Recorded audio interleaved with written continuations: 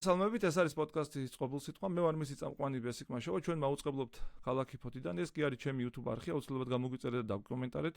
ხოლო თუ კი მოგწონთ ჩვენი პოდკასტი, აუცილებლად დაგვიჭირეთ ხარი დონაციის შესახებ ინფორმაციას იხილავთ აღწერაში და რა თქმა უნდა, თქვენი გვერდით დგომა ჩვენთვის ძალიან მნიშვნელოვანია. ახლა კი ნება მიბოდე წარმოგიდგინოთ ჩვენი დღევანდელი პოდკასტის სტუმარი, ვახო კალოიანი, ექიმი, პარტია ფედერალისტების ერთ-ერთი ლიდერი. მოგესალმებით ბატონო ვახო, მადლობა რომ ხართ ჩვენთან ერთად და მადლობა რომ დაგვიწმეთ დრო.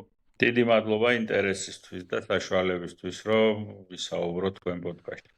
დიდი მადლობა თქვენ. ჩვენ დღეს საუბრობთ ჯანდაცვის სისტემის კრიზისზე, ასე ვთქვათ, ჯანდაცვის პრობლემებზე და შევეცდებით, ასე ვთქვათ, მრავალ საკითხს შევეხოთ, თუმცა პოდკასტის ფარგლებში როგორც მოხერხდება დღევანდელობაში პრიორიტეტული საკითხები რო გამოვყოთ და აი თავდაპირველად ჩემი კითხვა შეეხება ზოგადად ჩვენი ჯანდაცვის სისტემა, საქართველოს ჯანდაცვის სისტემა რა მოდელია რეალურად, ხო, რომელ ცივილიზაციას ეკუთვნის, ასე ვთქვათ, დასავლურს, ამერიკულს თუ ზოგადად სად ვართ დღეს ჩვენ სად ვიმყოფებით ამ კუთხით.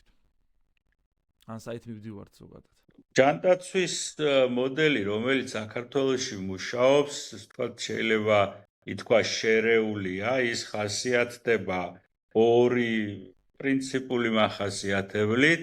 ერთი, სახელმწიფოს როლი დაფინანსებაში არის გადამწყვეტი რეალურად და ის არის ძირითადი შემკვეთი ჯანდაცვის სერვისების და მეორე ჯანდაცვის სერვისების ძირითადი განმახორციელებლები არიან უპირატესად კერძო ბიზნესის სუბიექტები.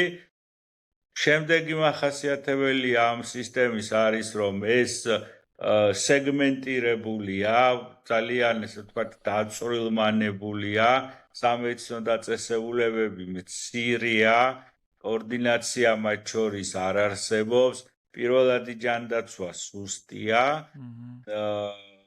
ეს არის ძირითადი მახასიათებლები ჯანდაცვის სისტემის. მოქნილობის თვალსაზრისით ჩვენ არ ვართ დაუშვათ მოქნილობის თვალსაზრისით, დაუშვათ სამედიცინო დაწესებულება და პაციენტი რო განვიხილოთ რა.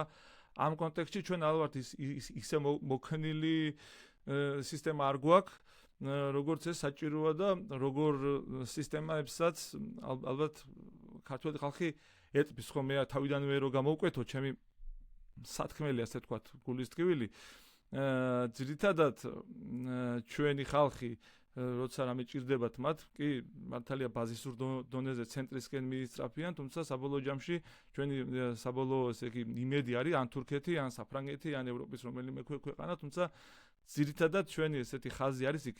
ანუ მე რა მინდა რო ვთქვა, იცი, მიუხედავად იმისა, ესეთი მდგომარეობის, აი, მაინც რით ვერ ვიჭერთ ამ განსხვავებას ცივილიზებულ ქვეყნების ჯანდაცვის სისტემასა და ჩვენ შორის იმისთვის, რომ ჩვენ რაც შეიძლება სწრაფად და მალე მივემსგავსოთ მათ. არ დაჭირდეს ქართველ ადამიანს რეალურად, ხო, ამ სისტემების მოხმარება, ხო, რომელიც საზღვარგარეთ არის. აქ რამდენიმე საკითხი უნდა ვთქვათ. პირველი ეს არის სამედიცინო მომსახურების ხარისხი,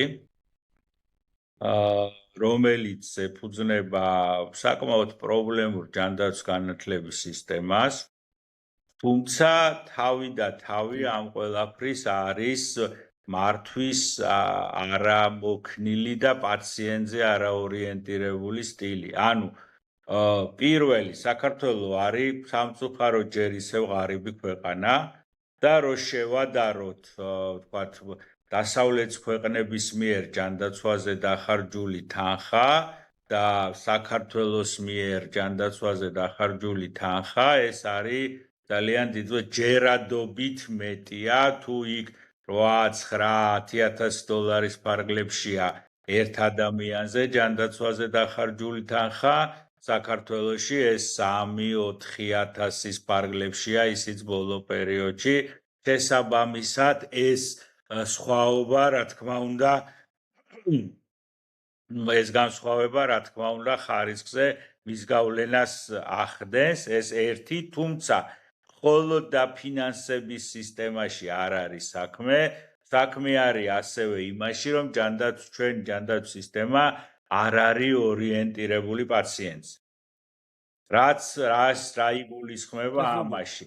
მაგალითად, სამედიცინო დაწესებულება სახელმწიფოსგან, ანუ მთავარი შემსყიდველისგან ღებულობს ერთი და იგივე თანხას იმ შემთხვევაშიც თუ პაციენტის მკურნალობა წარმატებულია, იმ შემთხვევაშიც თუ კი პაციენტის მკურნალობა წარუმატებელია. უნდა ვთქვა, რომ ვერც ერთმა ხელისუფლებამ საქართველოს დამოუკიდებლობის პერიოდში ვერ და არ დაგეგმა ჯანდაცვა 10-12 წლიან შედეგზე, ყველას უნდათ სწრაფი, ასე ვთქვათ, პოლიტიკური და პოპულისტური შედეგი და ამიტომ ხანგრძლივ ეფექტზე, ხანგრძლივ გამოსავალზე არ მოხდა ამ პროცესის დაგეგმა. მაგალითად, რეალურად შეიძლება ითქვას, რომ დღეს საქართველოში სამედიცინო მომსახურების ხარისხს არავინ არ კითხულობს. არავინ დედამიწის ზურგზე და შესაბამისად ჩვენ არ აგვაქვს ინფორმაცია რა ხარისხის სამედიცინო მომსახურებას ვიღებთ. თუ თქვენ ხელისუფლების, ასე ვთქვათ, მესიჯებს გადაავლებთ თვალს ჯანდაცვასთან მიმართებაში, იქ სულ არის ტრაბახი, რომ აი ჩვენ ეს დავაფინანსეთ, ამდენ ოპერაციას ვაფინანსებთ, ამდენ თანხას ვყოფთ, ამას ვაგებთ. არავინ არ გვეუბნება, რომ ის 1,700,000 ოპერაცია საჭირო იყო 1,700,000 ოპერაცია კარგად იქნა შესრულებული და საბოლოო ჯამში პაციენტმა იხეირა ამისგან.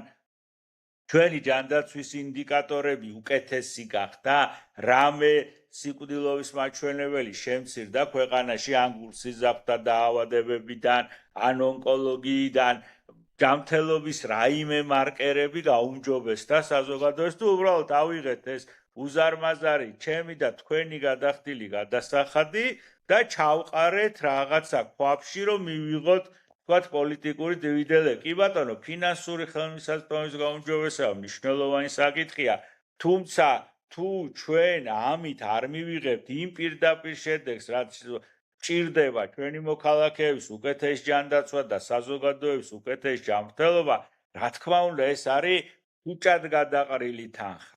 ის რომ ჩვენ რაღაცას ვაფინანსებთ, შვენიერია, ოღონდ რას ვაფინანსებთ, სად არის ამის შედეგები. სამწუხაროდ არც ერთი სისტემის ჯანდაცვის სამინისტრო მეგულისხმობ ხელისუფლებებს დაწყებული გავის პირველი ხელისუფლებიდან დამთავრებული დღემდე პატივს არცემს ციფრებს. თქვენ ვერ იპოვით მწყობრ სტატისტიკას საქართველოს ჯანდაცვის მდგომარეობის შესახებ, შედეგების შესახებ. ამ დროს ყველა თავმოყარე ხელისუფლება ყოველ წელს უნდა აქვეყნებდეს ჯანდაცვის ინდიკატორებს, ჯანდაცვის მაჩვენებლებს, გვეუბნებოდეს სად გვაქვს პრობლემა და მაგის მიხედვით გეგმავდეს მოქმედებას. არაფერი მსგავსი არ ხდება. მე მგონი ჯანდაცვის ეროვნული ანგარიში ბოლოს იყო 2016 თუ 17 წელს, იმის მერე ეროვნული ანგარიშიც კი არ გამოქვეყნებულა. ანუ ხოხდებით სრულ სიბნელეში ხდება მოძრაობა და ამ დროს ყველაზე კარგი დეზინფექტორი არის მზე, შუქი. შესაბამისად, იქ სადაც სიბნელეა, იქ სადაც თვალის ხელის ცეცებით მოძრაობ, იქ შედეგები ვერ გაქვს. ავიღოთ ონკოლოგია. ონკოლოგიური პაციენტების რაოდენობა წლიდან წლამდე იზრდება, არა მარტო საქართველოში, ვიყოთ ობიექტურები, მთელ მსოფლიოში. ჩვენ დაახლოებით 10-12 ახალი შემთხვევა გვაქვს წელიწადში. ბოლო წელს მეტნაკლებად დაიყო 12%, ისიც სტატისტიკის ეროვნულმა სამსახურმა გამოაქვეყნა. მაგრამ ყველაზე მძლავრი იარაღი რაც არის ონკოლოგიური დაავადებების წინააღმდეგ საბრძოლველად, ანუ სკრინინგი, ანუ წინასწარი აღმოჩენა, ანუ ადრეული აღმოჩენა, იქ გვაქვს კატასტროფული კლება. მაგალითად, მსხვილი ნაწლავის კიბო, რომელიც ყველაზე დიდი მკვლელია ონკოლოგიური დაავადებებიდან საქართველოში, მისი სკრინინგი ბოლო წლებში არის შემცირებული.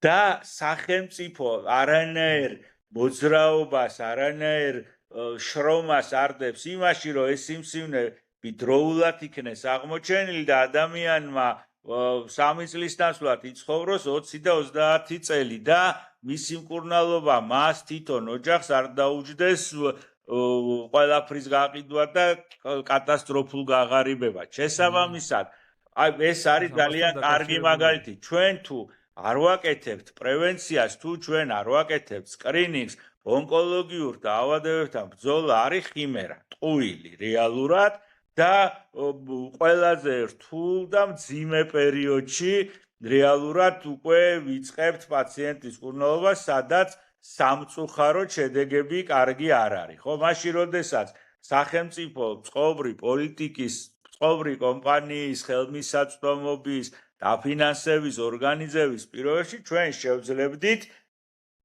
რომ მოქალაქეები ამ ძალიან ვერაგი სენიდან დროულად დაგვეცვა და დროულად დავხმარებოდით. იგივე ეხება სკრინინგს გულსიზრახთა დაავადებებში, ინფარქტი, ინსულტი, თირკმლის უკმარისობა, ეს ყველაფერი თავიდან აცილებადი დაავადებებია და ჯანდაცვის სისტემის ეფექტურობა ზუსტად მაგითი განისაზღვრება, რამდენად ახერხებს შენი მოქალაქეები შენ მოქალაქეებს თავიდან ააცილო სასიცოცხლო საფრთხე და ამ საფრთხის შემთხვევაში დროულად ჩაერიო და არა უკვე მაშინ როცა პაციენტს დიდი ინსულტი განუვითარდება, ის განწირულია ინვალიდობისთვის, მისი ოჯახი განწირულია წამებისთვის, უზარმაზარი ხარჯისთვის, დრამისთვის და მაშინ როცა თავის დროზე რეალურად შეიძლებოდა ერთი ტაბლეტით ან ორი ტაბლეტით და მინიმალური პაკეტით ანალიზების ამ უბედურების თავიდან აცილება. რეალურად ეს ყველაფერი მერე ჯამში იკრიბება ცუდ შედეგში. პირველადი ჯანდაცვა იძახის ყველა მთავრობა, მაგრამ ვერცეთმა და განსაკუთრებით და ბოლო მთავრობამ ვერ გაბედა რომ პირველადი ჯანდაცვისკენ პრინციპული ნაბიჯები გადაედგა. ამ დროს რა არის პირველადი ჯანდაცვა? არის ზუსტად ის თქვენი პოლიკლინიკის ექიმი, უბნის ექიმი, თქვენს გვერდზე საავადმყოფოს ექიმი, რომელსაც ყველაზე ხშირი კონტაქტი აქვს თქვენთან, ყველაზე ახლოს არის თქვენთან, ყველაზე მეტი იცის თქვენი და თქვენი ოჯახის ჯანმრთელობის შესახებ, თქვენი და თქვენი ოჯახის ისტორიის შესახებ და მას დროულად შეუძლია თქვენი გადამისამართება და გადანაწილება უკვე საჭიროების შემთხვევაში შესაბამის სპეციალისტს და როცა ეს არ არის, თქვენ რეალურად ჩათვალეთ, რომ არ გყავთ ადვოკატი, არ გყავთ დამცველი, ორიენტაციის მომცემი ადამიანი და თქვენ თვითონ ასე თვალის ხელის ცეცებით გიწევთ ჯანდაცვის სისტემაში ორიენტაცია. აი მე ხა თქვენ რო კითხოთ ვინ არის საქართველოში, აი ვისთან ღირს საქართველოში მაგალითად თიაქრის ოპერაციის გაკეთება, ან ნაწლავის ოპერაციის გაკეთება, თქვენ ამაზე ვერც თქვენ და ვერც მე სხვათა შორის ობიექტურ პასუხს ვერ გაგცემთ. იმიტომ რომ არავინ არ იცის ციფრები, რომელ სამედიცინო დაწესებულებას რა შედეგები აქვს, რამდენ ასეთ ოპერაციას აკეთებს X ქირურგი, რამდენი კარგი გამოსავალი აქვს, რამდენი გართულება აქვს, რამდენი უკან დაბრუნება აქვს და რეალურად მე გვიწევს გაგება, აი ჩემ ბიძაშვილს გაუკეთა, ჩემ მეზობელს გაუკეთა, ის კმაყოფილია, ეს უკმაყოფილოა, ვიღაცა შეიძლება ცოტა უკეთესი მარკეტინგი აქვს და უკეთესი რეკლამა აქვს და იქ მეტი პაციენტი მოიზიდოს, თუმცა ობიექტურად თქვენ ვერ მეტყვით ვერცეთ სამედიცინო დაწესებულებას, რომელიც ზეც იტყვით, რომ აი ეს დაწესებულება ამას ჯობია, იმიტომ რომ ეს კეთდება, ასე კეთდება, ასეთი შედეგები აქვს, კარგი შედეგები აქვს, ცუდი შედეგები აქვს, ინფექცია ბევრი აქვს, ინფექცია ცოტა აქვს, დიაგნოზების სიზუსტე მაღალი აქვს. ანუ ინფორმირებული მოქალაქე არის საფუძველთა საფუძველი სწორი ჯანდაცვის. ერთ შეგეკითხებით ამ კონტექსტშია ჩემთვის ძალიან საინტერესო, თქვენ ძალიან საინტერესო რამ ახდენთ წინა პერიოდი, ხო? როდესაც ესე იგი მოქალაქეს სურვილი უნდა გაუჩნდეს ჯანდაცვა საავადმყოფოში მისვლისა, ხო, სამედიცინო დაწესებულებაში. ნდობა უნდა გაუჩნდეს. ჩვენ საზოგადოებაში ალბათ თქვენ ყავს ასეთი ადამიანი, ნდობა არის ძალიან, ნდობა არის, ერთიან ნდობა არ არის. მეორე ეს დაკავშირებულია ძალიან დიდ ბიუროკრატიასთან და მესამეა დაკავშირებულია უზარმაზარ ფინანსებთან, ხო? და ეს სამი რაღაცა იმდენად გაფერხებს, რომ საბოლოო ჯამში სანამ რაღაცა სიკვდილამდე არ მიდის და მესამე ტრაგიკულ მდგომარეობამდე არ მიდის, სანამ მან არ მიიტანენ, მანამ ადამიანი გადაწყვეტილებას არ იღებს, ხო და სხვათა შორის დედა შულს უმალავს, შვილი დედას უმალავს, მამა შულს და ასე შემდეგ, ანუ ძალიან კატასტროფას ადამიანები ავადობას ითმენენ. კი. ბატონო ხო ეს მინდა გითხრა და ამას აქ რაღაც თავისი წინაპირობები, რაღაც გარემოა ისეთი შექმნილი, რომლის გამოც ადამიანები ასე ვთქვათ საკუთარ თავს წირავენ. როცა შესაძლებელია მათი სიცოცხლის გადარჩენა დროული მიგნების შედეგად. დობა ემსახურება ზუსტად დობა ეფუძნება ზუსტად მაგას. თუ თქვენ არიცით ღიად ვის რა შედეგები აქვს და იძულებული ხართ ასე მოკითხვა-მიკითხვით გაიგოთ, რომელ დაწესებულებაში რა ხდება, გასაგებია რომ დობა არ არის. ხო? თან ინფორმაციული სამყაროა, ყველა ადამიანი შეუძლია ნებისმიერ რესურსთან კონდეს თქმა და საქართველოს კლინიკებზე და ექიმებზე ვერაფერს ვერ გაიგებ, გარდა სარეკლამო განცხადებებისა და სარეკლამო ვიდეოკლიპებისა. ვერც ერთ ექიმის და ვერც ერთი სამედიცინო დაწესებულების შედეგებს თქვენ ვერ ნახავთ. ნახავთ რომ ახალი აპარატურა დააინსტალირეს, ნახავთ რომ რაღაცა კოსმოსურ რაკეტის მსგავსი ჩამოიტანეს, ირონიით ვამბობ, მაგრამ ვერ ნახავთ რამდენი რა ოპერაცია აქვს გაკეთებული და ამ ოპერაციებში ან ამ კურნალობაში ან ამ დიაგნოსტიკაში რა შედეგი აქვს. ეხლა ჩვენ როგორ ხედავთ ამ ერთიც არ მინდა გამომრჩეს, აი რაც შეეხება სკრინინგს მაგალითად, ხო? სკრინინგი, ანუ დროული აღმოჩენა დაავადების. უმრავ თბილისში მეტნაკლებად ფინანსური ხელმისაწვდომობა არის, ბათუმში მეტნაკლებად ხელმისაწვდომობა არის და ქუთაისშიც ნაწილობრივ. სხვა ქალაქებში თქვენ რო ფოჩი მოინდომოთ სკრინინგის გაკეთება, უნდა გადაიაროთ 9 ზღვა დაამართოთ ურჩხულები და მერე შეძლებთ ამ ყველას გაკეთებას და ეს დაგიჯდებათ გარკვეული თანხა. მას ვერ გაიგეთებთ უფასოდ. დაამთავრდა იქ უკვე სკრინინგის პროცესია. რუსთავი, რომელიც თბილისთან ახლოს არის. რუსთავში თქვენ ვერ ჩაიტარებთ კიბო სკრინინგს. შანსი არ გაქვთ ამის. ან უნდა გადაიხადოთ ძალიან დიდი თანხა.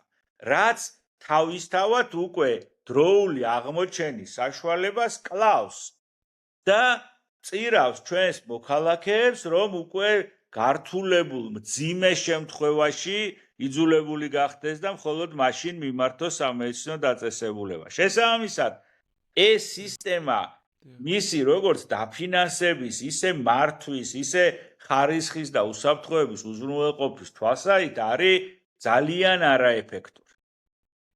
ახლა ჩვენ ვთქვათ ანუ ცენტრზეა, ეხლა მე რასაც უყურებ, ეს ყველაფერი ცენტრზეა მიბმული, ხომ? ზოგადად დეცენტრალიზაციის პოლიტიკის მომხრევა, რამდენადაც რეგიონს წარმოვადგენ და ამ შემთხვევაში ფოც, იმიტომ რომ ვფიქრობ, რომ დეცენტრალიზაციის პირობებში, ანუ და ამ შემთხვევაში ჯანდაცვის დეცენტრალიზაციის პირობებშიც კი რეგიონალური მედიცინა აყვავდება საკუთარ თავს აყვავდება. პირველადი აბსოლუტურად სწორი ბრძანდებით. მიბმული ცენტრზე და იქნება მიბმული ხალხზე.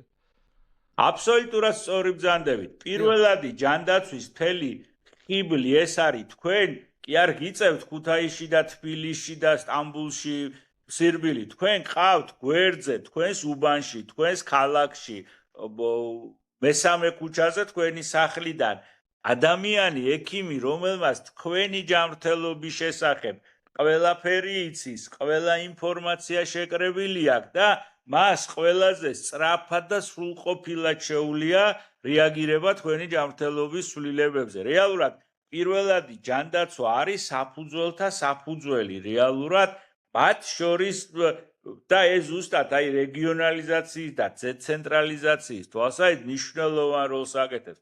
ეხლა ფოთში მაგალითად სამშობიარო სახლი არ არის და ახლა რამდენი აი ზუსტად 1 კვირის თუ 10 დღის წინ ნახე და რა ვიცი ისე გამიხარდა რომ მეთქი მეგონა რომ აი რაღაცა ძალიან დიდი მოხდა ეხლა იხსნება აი შეიძლება უკვე დაიწყო ოპერირება ძალიან საინტერესო და კვალიფიციური კოლეგები არიან და რავი მე მგონი რამდენი წელი არ იყო ფოთში სამშობიარო არ ძალიან დიდი ხანი ახლა სამშობიარო უკვე იწყებს ფუნქციონირებას ხო ეს ნათლად აჩვენებს, რომ ეს სისტემა არაეფექტურია. ფოთი, რომელიც ამ ქვეყნის ერთ-ერთი უმდიდრესი ადგილია და რომელიც რეალურად მნიშვნელოვან როლს ასრულებს ქართულ ეკონომიკაში, ფაქტიურად არის ჯანდაცვის სისტემის გარეშე. მე კარგად მახსოვს, მაგალითად, რა ხდებოდა საავადმყოფოებში ფოთში. ძალიან კვალიფიციური კოლეგები, მაგრამ მინიმალური პირობების არარსებობით, საერთოდ მინიმალური პირობები არ არსებობდა, რომ ადამიანებს რაღაცა ახლა ხო, სამშობლო რაღაცა მცდელობა არის, თუმცა და ამ დროს ქალაქ ფოთს თავად შეუძლია არა მარტო მისი, არამედ მის ირგვლივ საკმაოდ დიდი რეგიონის ჯანდაცვის უზრუნველყოფა, ისე რომ არანაირი საჭიროება ამ ადამიანებს არ გაუჩნდეთ არც ბათუმში სირბილის, არც ქუთაისში სიარულის, არც თბილისში და მით უმეტეს სხვაგან, ხო? შესაბამისად, ამასაც მისი ძალიან დიდი როლი აქვს, რომ ადგილობრივმა თვითმართ, ბათუმში მაგალითად ეგ არის ძალიან კარგი, ასე ვთქვათ, ბათუმში მეტნაკლებად მოგვარებულია, ვთქვათ, ეს პრობლემა პრევენციის და იმიტომ რომ ვთქვათ, აჭარის მთავრობას აქვს მისი რაღაცა ბიუჯეტი, რომელსაც ვთქვათ, იყენებს მათ შორის პრევენციისთვის. ხო, იმიტომ ისიც ბათუმს არა, არამედ აჭარის ავტონომიურ რესპუბლიკას და ფოთს მაგალითად არც ზუგდიდს, არც ფოთს, არც თელავს, არც ბათუმს თავისთავად როგორც ბათუმს, ხო, ქალაქს. მასაც არა აქვს ამის არანაირი საშუალება. ბიუჯეტში ის უნდა ცენტში მერე იკითხოს იქ რა არის, მერე მე-13 სართულზე თუ მე-14 სართულზე წერეთლის ქუჩაზე ვიღაცამ უნდა გადაწყვიტოს, რომ ფოთში წერეთლის ქუჩაზე რო კაცი ცხოვრობს, იმას ასე უმკურნალოდ ჯობია და დამთავრებული ამბავია. იმას წარმოდგენა არა აქვს, რა ხდება, ხო? ეს კრიტიკის ნაწილს რაც შეეხება. ეხლა ჩვენ რაში ვხედავთ გამოსავალს? სახელმწიფოს როლი გარკვეულ წილად და მნიშვნელოვნად წილად უნდა იყოს შენარჩუნებული ჯანდაცვის დაფინანსებაში. ოღონდ ამას უნდა ვწყვეტდეთ ჩვენ საქართველოს მოქალაქეები და როგორ.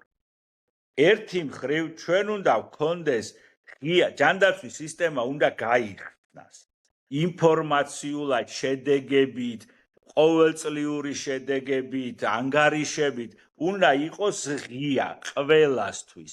საჯარო უნდა იყოს ეს ინფორმაცია, ეს არ არის პერსონალური ინფორმაცია, ხო? რამდენ ათეულ თუ ასეულ ოპერაციას აკეთებს იქ საავადმყოფო და რა შედეგები აქვს, ეს არ არის პერსონალური ინფორმაცია. ერთი რო სისტემა უნდა გაიხსნას და ამაში სახელმწიფო შეუძლია პოზიტიური როლი შეშლება და მეორე დაფინანსების კომპონენტი.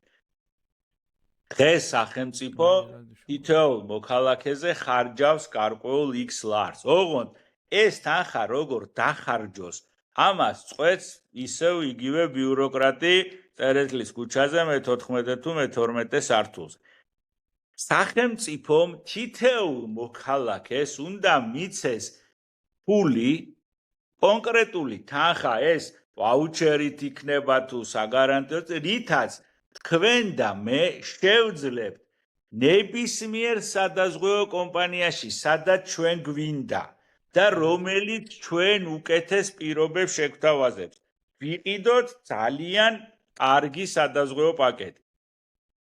მაგალითად, დღეს 200 ლარად, 250 ლარად ისეთ სადაზღვევო პაკეტს იყიდი კერძო სადაზღვევო კომპანიებში, რომელიც უდიდეს საჭიროებებს დაგიფინანსებს შენ. ოღონდ ამაში ფული უნდა გადავიხადოთ არა ჩვენ პირდაპირ, არამედ ჩვენი შეტანილი ბიუჯეტიდან ის თანხა რეალურად ჩვენ უნდა დაგვიბრუნდეს ჯანდაცვისთვის. იმ თანხის გამოყენება სხვა მიზნებით არ იქნება შესაძლებელი, ხოლო ჯანდაცვისთვის იქნება. ოღონდ მე და თქვენ უნდა გადავწყვიტოთ, რომელ სადაზღვევო კომპანიაში მივიდეთ. და ეს რო გადავწყვიტოთ, ინფორმაცია უნდა გქონდეს. მე თუ ვიცი, რომ X საავადმყოფოს აქვს ძალიან ცუდი შედეგები, ცოტა ოპერაციებს აკეთებს, ბევრი გართულებები აქვს, ბევრი უკან დაბრუნებული პაციენტი გვაქვს და მივდივარ სადაზღვევო კომპანიაში და სადაზღვევო კომპანია პროვაიდერად თავაზობს ამ X საავადმყოფოს. გასაგებია, რომ მე არ ვიყიდი იმის სადაზღვეო პოლის და არ გავხდები მისი ბენეფიციარი და ვეცდები ვიპოვო ის სადაზღვეო კომპანია, რომელიც კარგ სამედიცინო დაწესებულებებს ვთავაზობს, უსაფრთხო სამედიცინო დაწესებულებებს ვთავაზობს. აბსოლუტურად. შესაბამისად, კონკურენტული გარემო უნდა აბსოლუტურად, ზუსტად, ეს კონკურენციას აჩენს სადაზღვეო კომპანიებს შორის და ის, რაც დღეს X ლარი ღირს, კონკურენციის პირობებში X მინუს რაღაცა ლარი ეღირება აუცილებლად და ის თანხა, რაც სახელმწიფოს ჩვენთვისაა გამოყოფილი, ჩვენვე დაგვეზოგება, იმიტომ რომ ჩვენ გამკარგავთ იმას და არა ვიღაცა და მეორე, სამედიცინო დაწესებულებები თუ მათ უნდათ გადარჩენა, იძულებული იქნებიან მოქალაქეებს შეთავაზონ ხარისხიანი სამედიცინო მხარდაჭერა. თორე წინააღმდეგ შემთხვევაში მათ არ ეყოლებათ შემკვეთი, მათ არ ეყოლებათ კონტრაქტორი კომპანიები და შესაბამისად არ ეყოლებათ პაციენტი. ამიტომ ის იძულებული იქნება, რომ კარგი ხარისხი შეთავაზოს. ახლა გადავიდეთ შემდეგ ეფექტზე ამ ხარისხის. სამედიცინო მომსახურების ხარისხი იზრდება. ვინ ქმნის ხარისხიან მედიცინას? ხარისხიან მედიცინას ქმნის კარგი პერსონალი, კარგი აღჭურვილობა, კარგი შენობა, სწორი რეგულაციები. პერსონალი ექთნები და ექიმების უდიდესი ნაწილი ფინანსურად არ არის კარგ მდგომარეობაში და ჯანმრთელობაში ასე თუ წავიდა შეიძლება ცოტა ხანში ექთნები აღარ ვყავდეს უბრალოდ. კარგიდაც უთქი არა, ფიზიკურად არ ვყავდეს. ხო? როცა თქვენ 8 და 12 ექთნების როლზე მინდა კითხოთ, ექთნების როლზე. სტრატეგიული როლია. ექთანი დაკნინებული სუბიექტია დღეს. ძალიან წარმოიდგინეთ, ექთანი, რომელიც 8 და 12 და ზოგჯერ 14 მორიგეობას მორიგეობს თვეში, შეიძლება თვის ბოლოს დარჩეს საკუთარ ხელფასთან 800 ლართან. შეუძლებელი ზოგი საერთოდ რეგიონებში ესეც საოცნებო ციფრია და შეიძლება მაგასთან ახლოსაც კი შეიძლება კი არა ზუსტად ვიცი რომ ზოგჯერ მაგასთან ახლოსაც კი ვერ მიდის ეს ხელფასი. შესაბამისად ნიჭიერი, უნარიანი, აქტიური, ფიზიკურად შეძლების მქონე ადამიანები მიდიან პროფესიიდან. ეძებენ შედარებით 7 ადგილს, ეძებენ კოსმეტოლოგიაში ადგილს, ეძებენ რაღაც სავარიკმახეროებში, საცოდაობა, ხო? კვალიფიციური, განათლებული ადამიანი, რომელიც უნდა იყოს სისტემის საფუძველი და ხერხემალი. ის იძულებულია, რომ რაღაცა არა პროფესიით იმუშაოს. ან მიდის უცხოეთში მომვლელად, თქვათ, ოჯახების, რათა უბრალოდ გადარჩეს ფიზიკურად. შესაბამისად, როცა სამედიცინო დაწესებულება იძულებულია, რომ ხარისხი შეინარჩუნოს თუ უნდა მას, რომ დარჩეს ბაზარზე და იოპერიროს, ის იძულებული გახდება კვალიფიციური პროფესიონალები მოიყვანოს მასთან.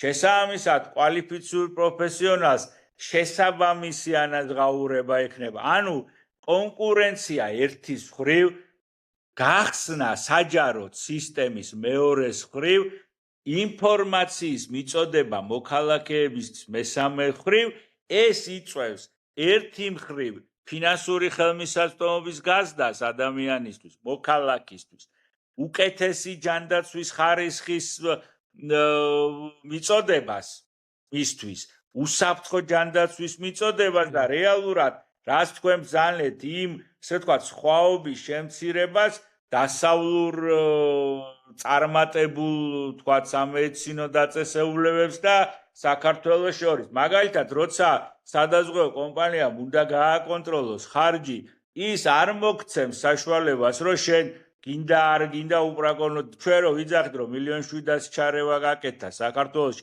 ვინმე შეამოწმა ის 1,700,000 ჩარევას გაკეთება აუცილებელი იყო? სადაზღვეო კომპანიას ამას ვერ გაუკეთებ, სამედიცინო დაწესებულება ამას ვერ გამოაპარებს, შესაბამისად ეს კომპონენტიც მორჩება, ხო? მანდ ეხლა საზღვარგარეთ, ამიტომ კონკურენცია, საჯაროობა და სისტემის გახსნა და ინფორმირებული მოქალაქე და ფულით შეიარაღებული მოქალაქე, თქვენივე ფულით, თქვენივე გადახდილი გადასახადით, რომელსაც თქვენვე განაგებთ. ანუ ბიუჯეტში შეტანილ თანხას კი არ განაგებს ვიღაცა მინისტრი ან მოადგილე ან ეკონომიკის სამინისტრო, თქვენ განაგებ. სადაც თქვენ გადაწყვეტ, იქ უნდა მიხვიდეთ. ოღონდ მე როგორც სახელმწიფო ამ ფულთან ერთად თქვენ უნდა მოგაწოდოთ ინფორმაციას, რომ თქვენ იცოდეთ და სწორი გადაწყვეტილება მიიღოთ. რა თქმა უნდა. ხო, რომელიც თქვენთვის სასარგებლო იქნება, არ იქნება საზიანო და კრიზისით არ მოგვიყვება. ეს ასევე დაკავშირებულია ბატონო ვახტანგ კომპეტენციებთან რა და მუდმივ გადამზადებასთან. როგორც სამედიცინო პერსონალიც ასე ვთქვათ, თქვენ საინტერესო რამე თქვით ექთნებთან დაკავშირებით, ხო, პრაქტიკულად ასეთი ინსტიტუტი საქართველოს არ არის. თუმცა როგორც ექთანი, ასევე ექიმი მუდმივ გადამზადებას უნდა გადიოდეს და მისი ცოდნა ხო, ამ გადამზადებაზე, დავუშვათ ამ განათლების ინტეგრირებაზე საქართველოში ვინმე ამ შემთხვევაში სურნავს ვინ ახორციელებს ამის მონიტორინგს და ზოგადად ასეთი პრაქტიკების განხორციელების შესაძლებლობა თუ აქვს ადგილობრივ ექიმს. არსებობს ფორმალიზებული კურსები, და ქულები, რომელიც ექიმმა უნდა დააგროვოს, ოღონდ თუ ჩვენ რეალურ შედეგს არ შევხედეთ, ვის რა კლინიკური შედეგები აქვს, ეს ფორმალიზებული კურსები იქნება ტყუილი.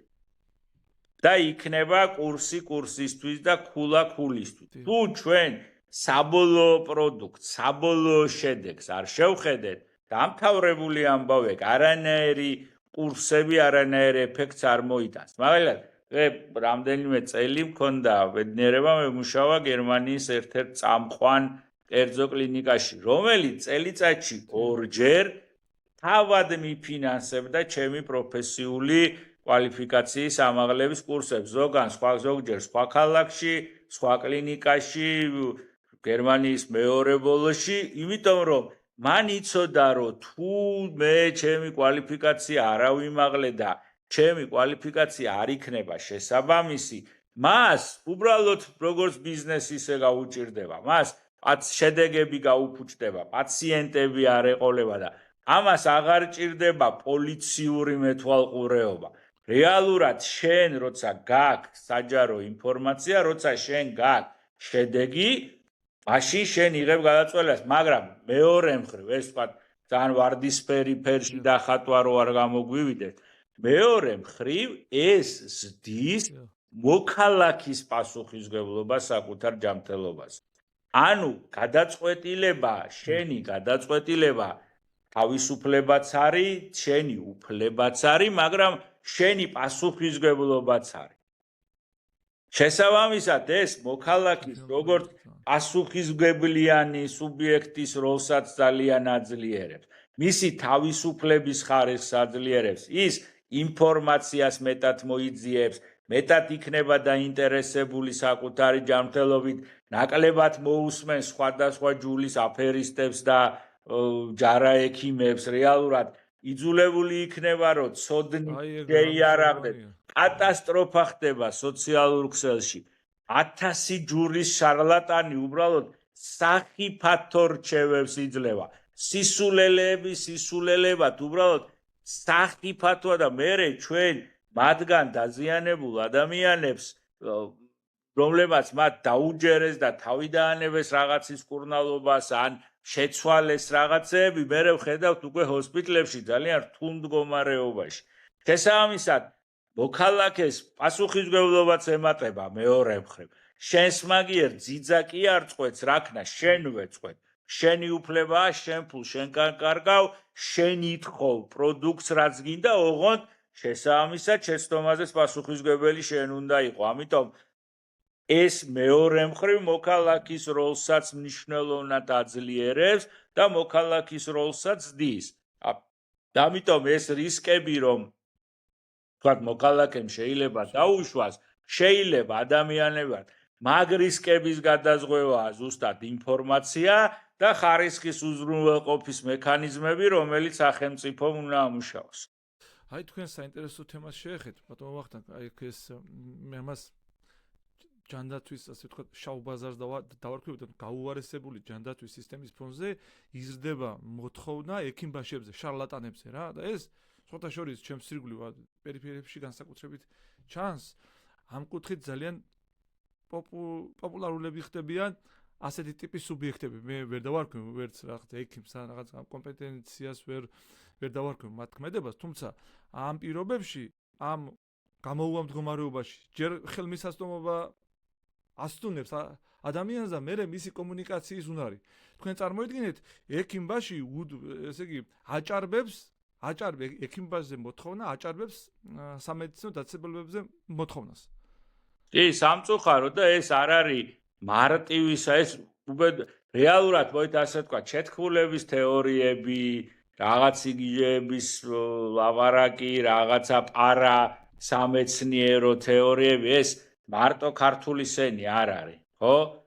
ეს დასავლეთ ქვეყნებში ხდება, ამერიკაში ხდება, აღმოსავლეთის ძლიერ ქვეყნებში, ეს ზოგადად მოდებული სენია დეზინფორმაციის, შეთქმულების თეორიების, ესე თქვა deep state-ების, მასონების და რაღაცა მსოფლიო ბატონების, რომლებიც ანგრევენ ეს ზოგადი სენია, თუმცა ამ დასავლური საზოგადოება, ცივილური საზოგადოება, დემოკრატიული საზოგადოება ამას ებრძვის ინფორმირებულობით, განათლებით, ცოდნით, ინფორმაციის მიწოდებით და არა პირიქით დახურვით და ისევ რაღაცა ლეგენდების გაძლიერებით, ხო?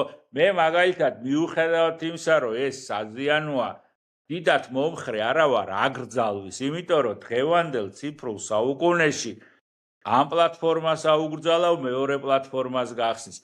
მინიმუმ ეფექტური არ არის და მეორეც მე არ მგონია, რომ რაც არ უნდა სულელური იყოს აზრი, თუ ის პირდაპირ მკვლელობისკენ და ძალადობისკენ არ არის მიმართული, ის იმ აზრის გამოთქმა უნდა აიძავს. ხას უსვავ, რაც არ უნდა სულელური და მიუღებელი იყოს ჩემი თვალსაჩინო, ხო? ოღონდ ამისი მკურნალობა არის ინფორმირებულობა. ამისი მკურნალობა არის განათლება. თუ ჩვენ ვერ შევძელით განათლების აწევა, თუ ჩვენ ვერ შევძელით ინფორმირება ჩვენი მოქალაქეების, ამ გზით იქნება თუ იმ გზით ახლა თუ ორ კვირაში ჩვენ ამ ესე ვთქვათ დეზინფორმაციულ კამპანიასთან აუცილებლად წავაგებთ. აქა ზუსტად იგივე პრინციპი მოქმედებს როგორც პოლიტიკაში, ხო? როგორც საინფორმაციო სტრატეგიები, ზუსტად იგივეა აქაც. ამიტომ თუ ჩვენ ჯანსაღი პასუხები ამაზე ვერ მოთხოვნა უნდა გაქრეს მაგათია საქმე და მოთხოვნა ხდება რითი დაჯაროობით და ინფორმირებულობით და განათლებით. ამაზე უებარი წამალი ამის წინააღმდეგ არავის მოუგონია ჯერჯერობით კაცობრიობის ისტორიაში. ვერც აკრძალვა, ვერც ინკვიზიცია, ვერც ლიცენზია, ვერაფერი ვერ გააჩერებს მაგას, თუ ჩვენ არ გვეყოლება ინფორმირებული და განათლებული მოქალაქე. ბატონო, ზოგადად ჯანდაცვის მიმართ ესეთი წარმოდგენაა კიდევ საზოგადოებაში, რომ და არ ვიცი თქვენ უფრო კომპეტენტი ხართ ამ საკითხში, ხშირად ის გაგებულია როგორც ბიზნეს ცენტრი. ანუ ნებისმიერი საავადმყოფო, სადაც მე ხარ, გაგებულია როგორც ფულის საკეთებელი მანქანა. ანუ რეალურად ეს 100-ია თუ არა ჯერ ეს მაინტერესებს და მე საერთოდ არ მაქვს პრობლემა, ანუ რეალურად ვფიქრობ, რომ ნებისმიერი დაწესებულება ბიზნესზე და რაღაც კომერციულ ინტერესებზე ორიენტირებული უნდა იყოს, თუმცა რაღაც ტიპის ღირებულებათა სისტემა უნდა არსებობდეს, რეალურად თავში რა არის, შუაში რა არის და ბოლოში რა არის და ამ პროცესში რა როლი აქვს ექიმს და რა როლი აქვს პაციენტს და რა როლი აქვს სახელმწიფოს. კი ბატონო. პირველი, რა თქმა უნდა, ჯანდაცვის სამედიცინო დაწესებულება არის ბიზნესი.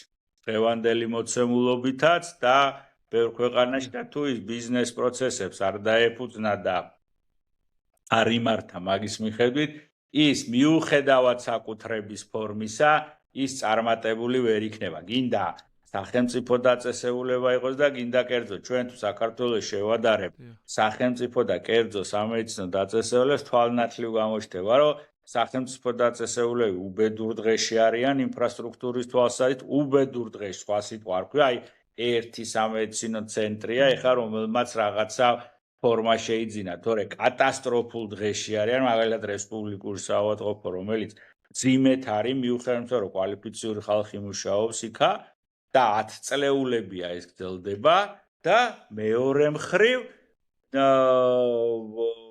კერძო საავადმყოფოები, სადაც შედარებით უკეთესი პირობებია, ხო?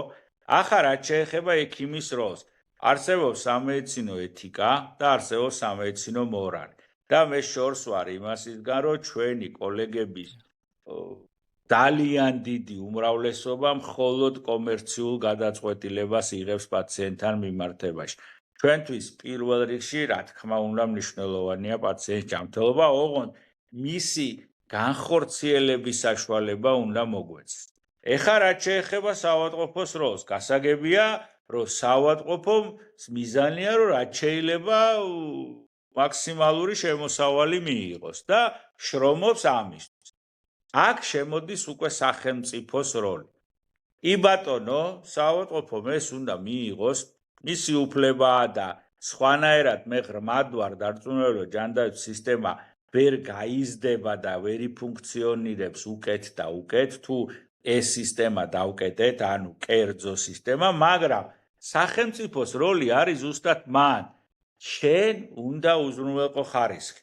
შენ უნდა უზრუნველყო ის შედეგები, რაც დღეს საქართველოში მიღწევადია. შესაბამის პროცენტებში, შესაბამის ციფრებში, შესაბამის შედეგებში გამოხატული და სახელმწიფომ არ უნდა მიცეს საშუალება ამ შემთხვევაში კლინიკას, რომ მან იფუნქციონიროს ან შემოსავალი მიიღოს იმ პირობებში, თუ ის ვერ აკმაყოფილებს ხარისხს და პირიქით, ესე ვთქვათ, პოზიტიური სტიმულები გააჩინოს იმისი, რომ რაც შეიძლება უკეთესი და უკეთესი ხარისხის სამედიცინო მომსახურება მივაწოდოთ ჩვენს თანამოქალაქეებს. ეს არის ზუსტად სახელმწიფოს როლი. ანუ აქაც ერთგვარი კონკურენცია. ერთის მხრივ პაციენტი, მოქალაქე, მომხმარებელი, რომელიც ინფორმირებული უნდა იყოს და მოითხოვოს მაღალი ხარისხის სამედიცინო მომსახურება და ის ფინანსურად იქნება შეიარაღებული საკმაოდ ძლიერად იმ სახელმწიფოსგან მიღებული ვაუჩერით თუ ფინანსური დოკუმენტით. მეორე მხრივ კლინიკა, რომელიც დაინტერესებულია, რაც შეიძლება მეტი პაციენტი ყავდეს და მესამე მხრივ სახელმწიფო, რომელიც აიძულებს, ასე ვთქვათ, პოზიტიური თუ ნეგატიური სტიმულებით სამედიცინო დაწესებულებას, რომ მან ვერ შეძლოს უხარისხოთ მუშაობა. ეს გვაძლევს საშუალებას იმის, რომ ბალანსი ბიზნეს სწორ ეკონომიკურ ოპერირებას და მეორე მხრივ ხარისხს და მოქალაქის ინტერესი იყოს დაბალანსებული. რომელიმე ერთ მხარეს თუ გადაიხარა დასწორი სისტემა ამოყირავდება. ვერ აფეთქდება. ჩვენ თუ მოვითხოვთ მილიარდის შემოსავალს, უბრალოდ მილიარდის მომსახურებას სამწუხაროდ საქართველოში ეგ შეუძლებელია და ამას უბრალოდ ეკონომიკურის დაჭირდება დიდი. შესაბამისად, თუ მოვითხოვთ კატასტროფას და მოვითხოვთ არარეალურ შედეგებს, აფეთქდება ჯანდაცვის სისტემა და ისიც კი არ იქნება, რაც გვაქვს. შესაბამისად, ამ ბალანსის დაცვა არის სტრატეგიული და ეკონომიკის დის პარალელურად ჯანდაცვაში მარტო ფინანსურ დანახარჯებზე კი არ უნდა ვიფიქროთ. პირველ რიგში უნდა ვიფიქროთ სამედიცინო მომსახურების ხარისხს. და არა რაოდენობაზე ალბათ. არა მხოლოდ რაოდენობაზე. როგორიც ჯანდაცვაში ერთის მხრივ რაოდენობა ჯანდაცვაში რაოდენობა ხარისხს განსაზღვრავს, თუ ექიმს დიდი პრაქტიკა არ აქვს, ბევრს არ აკეთებს, დიდი გამოცდილება არ აქვს, ეს მერე ხარისხზე აისახება. არის პროფესიული ასოციაციები, მაგალითად, რომელიც გეუბნებიან, რომ ექიმი, რომელიც 200-ზე ნაკლებ ოპერაციას აკეთებს წელიწადში, მისი კვალიფიკაცია სათულოა. შესაბამისად, ეს მნიშვნელოვანი ნაწილია, რომ რაოდენობა იყოს. ოღონდ ეს რაოდენობა არ უნდა იყოს ხარისხის ხარჯზე. პირიქით, ეს რაოდენობა უნდა იყოს გაზრდილი ხარისხის ხარჯზე და мотиваციას უნდა აჩენდეს უკეთეს სამედიცინო მხარდაჭერას. ხო. აი, ექიმს რა როლი აქვს ამ ბიზნესის კეთების პროცესში? ვინ უფრო მნიშვნელოვანია სამედიცინო დაწესებულებაში? დამფუძნებელი, მისი ასე ვთქვათ, კომერციული მენეჯერი თუ ექიმი რა? ანუ ექიმი ვერ გეტყვით მე, რომ პოლიტიკას თუ ამ შემთხვევაში მას უნდა მიუთიდებდეს. მიუხედავად, მოარული, ესე ვთქვათ, ხმებისა და სხვადასხვა საინფორმაციო კამპანიებსა მე მაინც დარწმუნებული ვარ, რომ ჩვენი კოლეგების უდიდესი უმრავლესობისთვის გადამწყვეტი ამბავი არის პაციენტის ჯანმრთელობა. თქმა უნდა, ახლა ხელმძღვანელობას და ამფუძნებელს მისი როლი აქვს, მაგრამ ძალიან ბევრ კერძო კლინიკაში მიმუშავია, თქვა სხვადასხვა ზომის და ასევე სახელმწიფო სამსახურში და მე მაგალითად ვერ ვიტყვი ვერცეთ კერძო კლინიკას, სადაც მე ან დირექტორმა, ან დამფუძნებელმა მაიძულა, რომ ან ეს ოპერაცია გამეკეთებინა, ან ეს მედიკამენტები გამომეყენებინა, ან მკურნალობა დროზე ადრე შემეწყვიტა. ეს ნამდვილად არ არის, ესე ვთქვათ, მახასიათებელი ქართველი ექიმის. უბრალოდ საუბარი არის სხვა რამეზე, მას უნდა მიეცეს ამის განხორციელების საშუალება. ეს არის საკითხი. და ჩვენ როცა მათ შორის ეს კითხვა, რასაც თქვენ ბრძანებთ, აბსოლუტურად ბუნებრივი და ადამიანურია. ჩვენ როცა გამოვაქვეყნეთ, ეს თვითონ საავადმყოფოების ინტერესებს არის, რომ და სამწუხაროდ მე ჯერჯერობით რასაც ხედავ, თვითონ ჯანდაცვის ბიზნესისგანაც არ არის ამის გაგება. მე დარწმუნებული ვარ, ჩვენ თუ გამოვაქვეყნებთ ჩვენ შედეგებს, გავხდით მათ საჯაროს და ხელმისაწვდომს, გარწმუნებთ, რომ საზოგადოების ნდობა გაიზრდება. აქაც იქვე ვართ. იქ სადაც არ არის ინფორმაცია და იქ სადაც დახურული კარის იქეთ უნდა გაიგო, რა ხდება, ყოველთვის გიჩნდება ეჭვი. ყოველთვის ჩნდება ეჭვი. როგორც კი ეს ციფრები იქნება ღია და საჯარო, იქ ეჭვის ადგილი აღარ დარჩება უბრალოდ.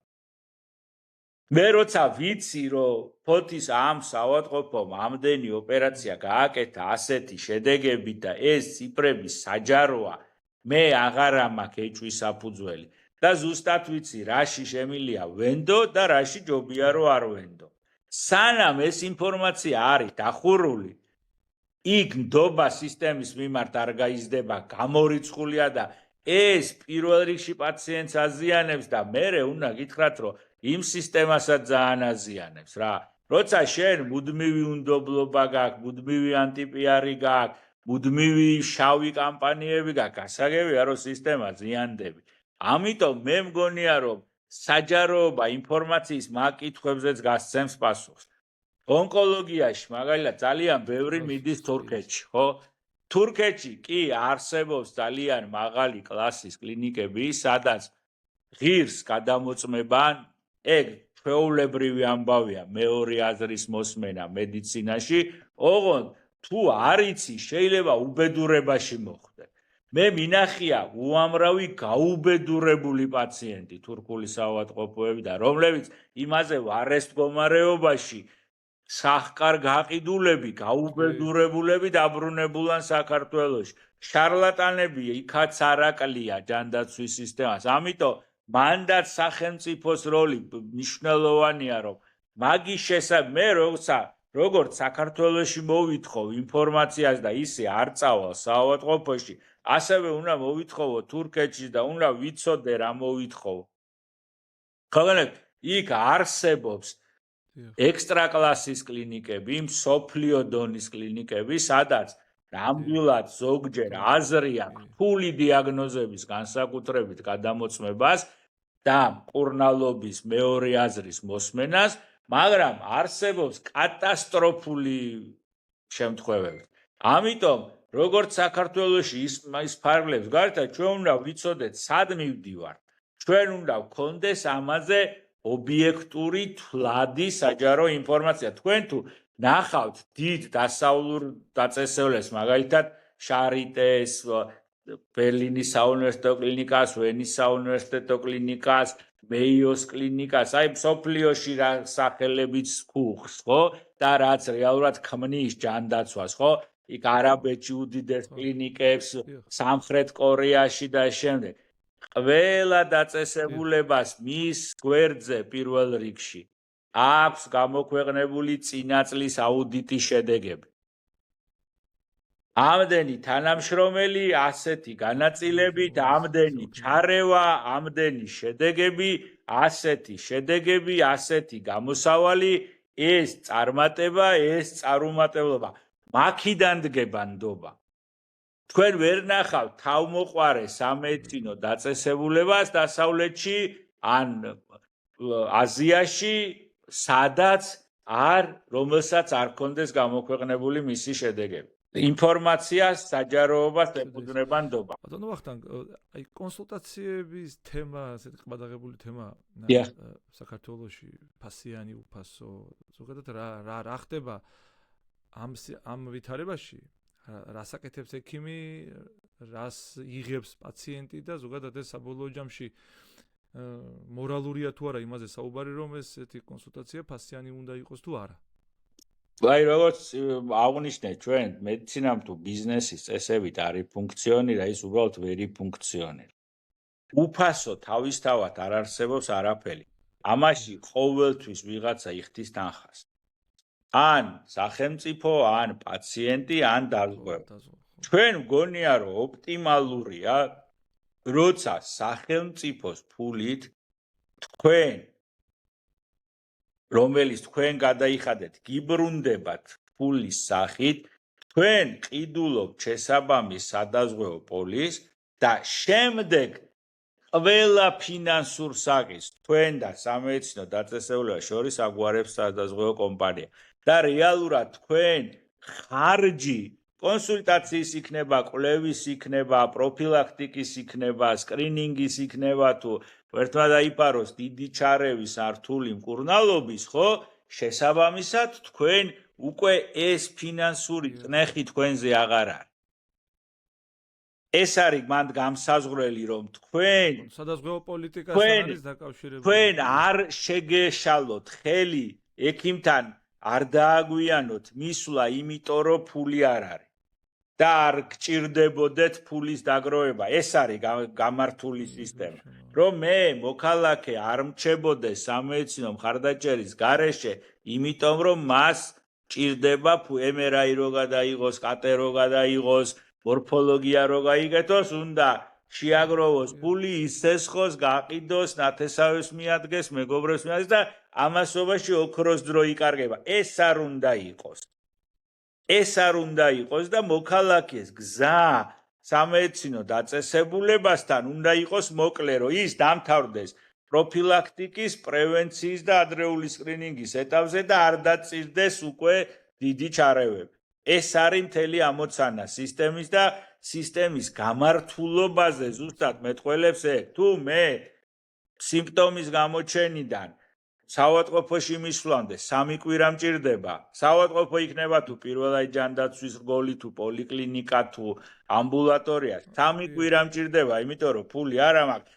აპიკია იმ სისტემის ფასი. არაფლად აღარ ვარგა ეგ. ასე რომ ეს არის პრინციპული საკითხი. თქვენ ეს არ გაფერხებდეთ, ოღონდ ფინანსური რესურსიც ადეკვატური მიდიოდეს სისტემაში, რომ ის გარეშე აფელი არ გამოვა. და სხვათა შორის ამ სადაზღვევო პოლიტიკასთან ის დაკავშირებული მედიკამენტების უზრუნველყოფა. მათ შორის ზუსტად იგივეა. იმიტომ რომ ერთი ეტაპია. რა თქმა უნდა, ზუსტად იგივეა. მთლიანად მე გულისხმობ ამაში მთელ სამედიცინო პროცესს. წარმოიდგინეთ, ახლა მე თუ დიაგნოზის დროზე დამისვე, მაგრამ მერე წამალი ვეღარ ვიყიდე და ვერ დავლიე, რა ეფექტურობა ეგ არის, ხო?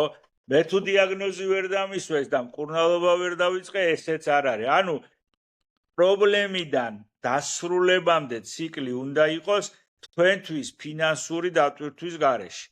ეს არის მთავარი ამოცანა გამართული ჯანდაცვის სისტემის. თქვენ ფული არ უნდა გაფერხებდეთ სტაბილური ხარისხიანი სამედიცინო დახმარების მიღებაში. ეს არის მთავარი ამოსავალი წერტილი. უამრავი შემთხვევაა ასეთ სხვათა შორის, როცა საყოველთაო ჯანდაცვის პირობებში კონკრეტული პენსიონერი დააფინანსა დაუშვათ სახელმწიფო გულის ოპერაციით და იქიდან გამოსულზე, იმიტომ რომ მას მედიკამენტების ფული არ ჰქონდა, ახლო მომავალში გაურთულდა ისევ ეს. სამწუხაროდ არ არის ეს. ფატალურ შედეგებად მივიდა. ეგ არადა ეს ერთი მთლიანი კომპლექსური ამბავი უნდა იყოს, ანუ ერთი პაკეტი უნდა იყოს მომსახურების, რომელიც იმთავით უნდა გულისხმობდეს მის გრძელვადიან მკურნალობასაც, ხო? სრულ დასრულებას ამ ყველაფერს. თუ კი ეს გამორიცხე მეორე ეტაპი.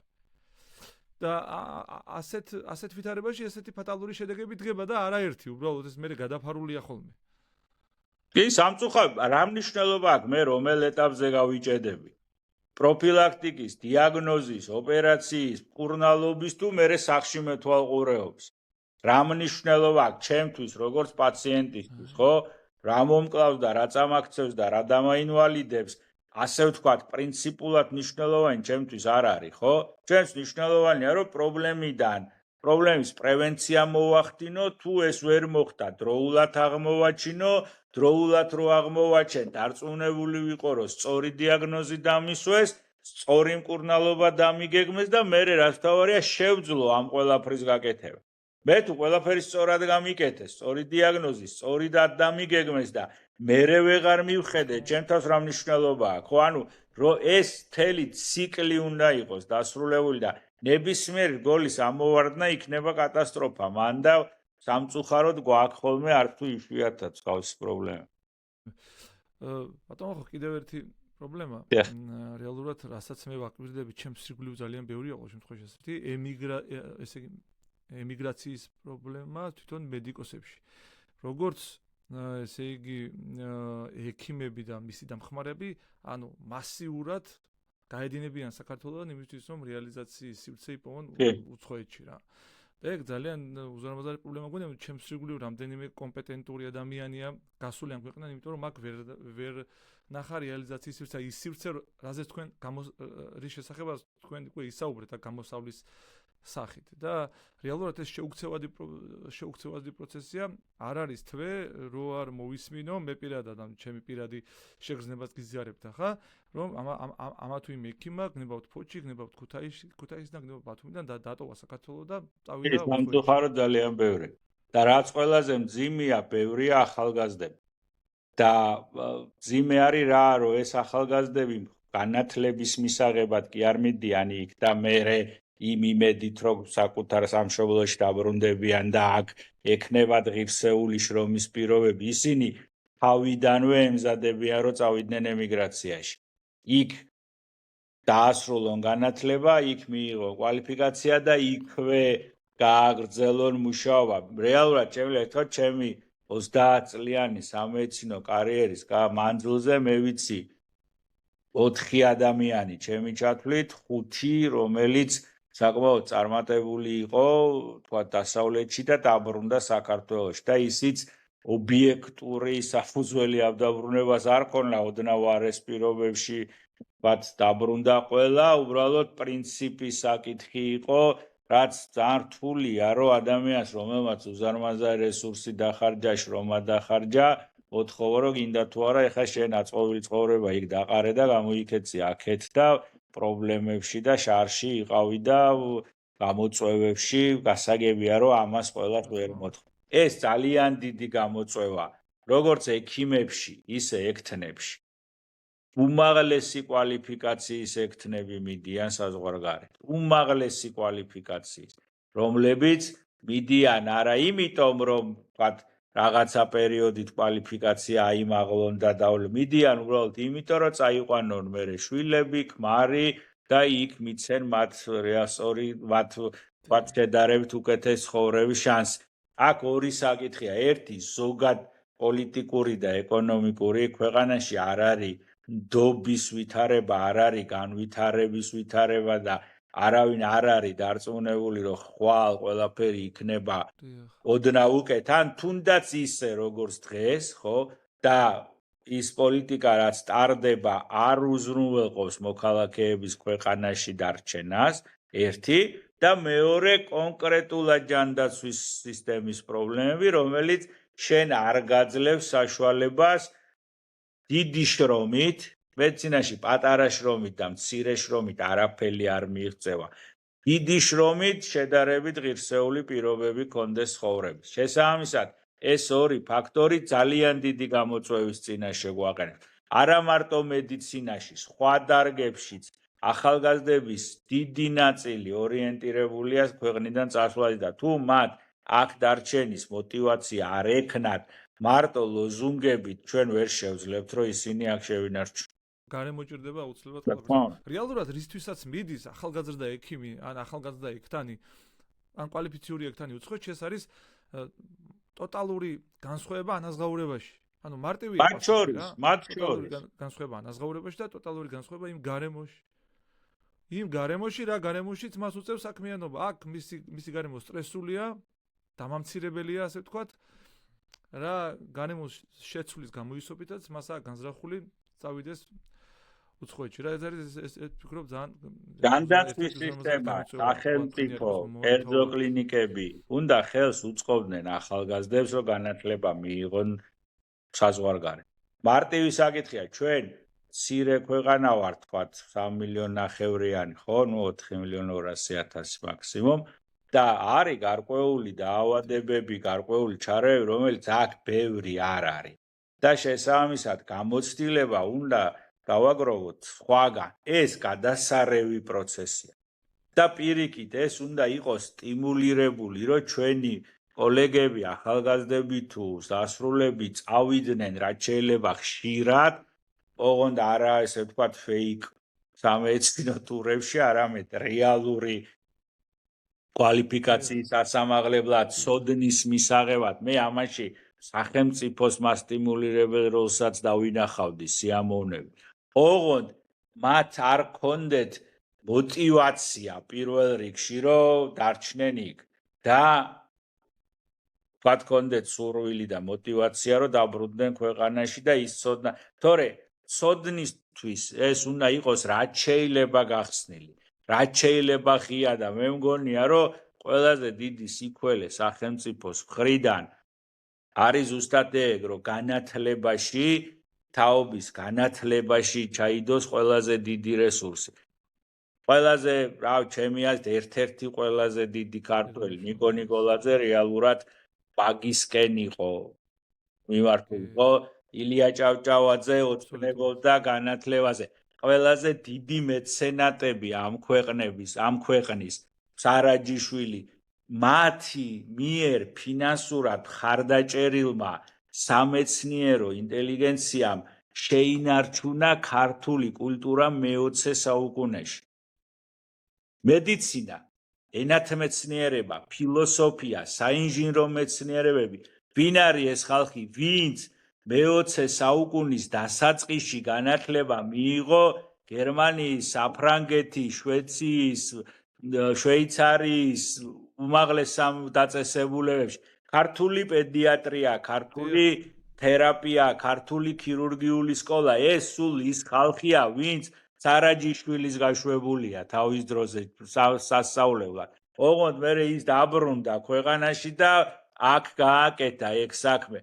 ყველაზე დიდი ქართველი მეცენატების მიერ დაფინანსებული და მხარდაჭერილი მეცნიერები აკაკი შანიძე დავიწყოთ თუ უზნაძე იქნება თუ ყველას ამათ ჩვენი მეცენატების 18-21 წლის დამოუკიდებელი სახელმწიფოს ხელისუფლების მიერ მხარდაჭერილი ადამიანები, რომლებიც განათლება მიიღეს ევროპის უნივერსიტეტებში, რეალურად საბჭოთა სისტემაშიც კი ქართული მეცნიერება, მათ შორის სამედიცინო მეცნიერება რეალურად შეინარჩუნეს და ესეთ კონკურენტულ დონეზე იყო, თქვათ, სოფლიო მეცნიერებასთან, ხო?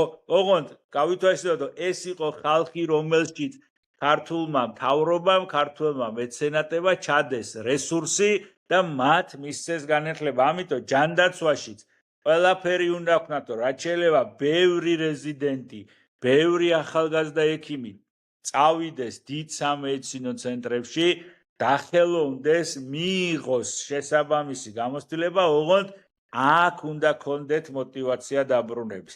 ობიექტური და არა მარტო პატრიოტული და ასე ვთქვათ ლოზუნგებით, ობიექტურათაც მათ უნდა უღირდეთ საქართველოს დაბრუნება. ძალიან აბსოლუტურად. ბატონო ვახტანგ, თქვენ ეს საინტერესო რაღაცა გახლავთ, მეცნიერება და მედიცინა, ეს ორი მნიშვნელოვანი ასე თქვენ ინსტიტუტია, რომლებიც ერთმანეთთან ძალიან ახლო და მჭიდრო კავშირში არიან, ხო? საქართველოში თუ გვაქვს ასეთი პრეცედენტი, სამეცნიერო მედიცინა, ასე ვთქვათ, ლაბორატორიულ დონეზე, რომელიც არის გარკვეული პრობლემებს შესაძლო უწრელებს. ასეთი პრეცედენტი არის? არის რამდენიმე, ასე ვთქვათ, ესეთი იდეური მებრძოლი კაცის, ესე ვთქვათ, ძალაზე და გამძლეობაზე და გამბედაობაზე დაფუძნებული, სადაც საკმაოდ საინტერესო შედეგები გვაქვს, რომელიც ვთქვათ, სოფლიო შედეგებთან ყოლია. სამწუხაროდ ამას არა აქვს პირდაპირ ვთქვათ, სისტემური სახე, სისტემური ხასიათი, თუმცა გარკვეული, ესე ვთქვათ, ნათელი წერტილები არსებობს, რომელიც ერთგვარ ვთქვათ, სავიზიტო ბარათს ქმნის ქართული სამედიცინო მეცნიერებს. მაგრამ ძალიან ბევრი ადამიანია სამწუხაროდ, ძალიან ბევრი ქართველია, რომელიც ვთქვათ, დიდ სახელს და დიდ პროდუქტს ქმნის დასავლეთში, სამედიცინო მეცნიერებაში, სამწუხაროდ, რომლებსაც აქ არა აქვს საშუალება, რომ ეს შრომები შეასრულონ და ამ დროს არიან ესეთ ლეგენდარული ავტორიტეტული სახელები მისი სპეციალობით და ვთქვათ, კორიფეები არ შემეშიდება ამ სიტყვის თქმის. დღეს ტექნოლოგიები ვითარდება ძალიან და ესე იგი ჯერ უზარმაზარი გავლენა აქვს ტექნოლოგიურ განვითარებას მედიცინაზე, ეს ერთი, თუმცა მაინც მე ჩვენი განებო მაინტერესებს აქ რამდენად ხდება ამ სიახლეების ინტეგრაცია ჩვენ სივრცეში. ამ ტექნოლოგიებს, ან ეხლა მოკლედ რომ ვთქვათ, ეხლა ხან გავიგან რობოტები აკეთებენ ოპერაციას დისტანციურად ხო დაუშვათ და ასე შემდეგ და ასე შემდეგ. ანუ მედიცინა ამ კუთხით ვითარდება და სწორიც არის მედიცინა მეცნიერებაა და ის უნდა გამვითარდეს. აქ რა ვითარება გვაქვს და თქვენ რა პოტენციალს ხედავთ ამ კუთხით საქართველოში? გარკვეული ტექნოლოგიების შემოსვლა ხდება, თუმცა განსხვავება ისევ ძალიან დიდია წარმატებულ დასავლურ ჯანდაცვის სისტემებთან მიმართებაში და რაც ყველა ცუდი ამას აქვს არასისტემური ხასიათი ამ ტექნოლოგიებს. ვთქვათ, ვაკლია ძალიან მარტივი ტექნოლოგიები, მაგალითად მორფოლოგიის თვალსაჩინო და ამ დროს გვაქვს უზარმაზარი რაოდენობის კატ და MRT და მათ შორის რობოტული ქირურგია. ანუ სისტემური არ არის, იმიტომ რომ არც სახელმწიფო, არც ჯანდაცვის სისტემა შესაბამის სწორ სტიმულებს არ ქმნის. ამიტომ ძირითადი ტექნოლოგიები არსებობს, როგორც დიაგნოსტიკური, ისე სამკურნალო, თუმცა განსხვავება დიდია. ანუ ჩემი დათვლით შეიძლება ცოტა შეჟღერდეს დაახლოებით 10-15 წლით ჩამორჩებით ეს ტექნოლოგიებით, ცოდნით, ყველაფრით ჯამში წამყვან რა, აი კარგ ესე ვთქვათ, დასავლურ ან სამხრეთ კორეულ ან იაპონურ ცენტრებს 10-15 წელი არის ის ჩამორჩენა, რაც დღეს ჩვენ და მაგ სისტემებს შორის არსებობს. მადლობთ. დიდი მადლობა. ხო, ძალიან საინტერესო საუბარი გამოვიდა. მადლობა გაძლებით სამხელა საუბრს. რამ ისეთი ხომ არ არის, რისი თქმაც გინდა თქვენ და მე არ დაგისვით შეკითხვა. ერთი რაც მინდა კიდევ ერთხელ ჩვენს მოქალაქეებს, ჩვენს მსმენელებს შევახსენო, მიუხედავად წინააღმდეგობისა, ჩაიტარეთ სკრინინგი. ეს არის ჩვენი გამრთელობის და ხანგრძლივი სიცოცხლის მნიშვნელოვანი შემადგენელი ნაწილი. თუ ჩვენ პირველ ეტაპზე აღმოვაჩენთ დაავადებას, მისი მკურნალობა ბევრად მარტივია და უკეთესი შედეგების შანსი ძალიან მაღალია და შეიძლება იმ დონეზეც კი მივიდეთ, რომ საერთოდ დაგვავიწყდეს ეს პრობლემა, რაც უფრო გვიან ეტაპზე მოვახდენთ ამის დიაგნოსტირებას, მით უფრო მეტი პრობლემა ექნება ჩვენ ჯანმრთელობას. ამიტომ უმორჩილეს თხოვნა, როგორ მოთხოვეთ ადგილობრივ თვითმმართველობებს, სადაზღვევო კომპანიებს, მთავრობას, ხელისუფლებას, რომ უზრუნველყოს თქვენი ჯანმრთელობის უფლება.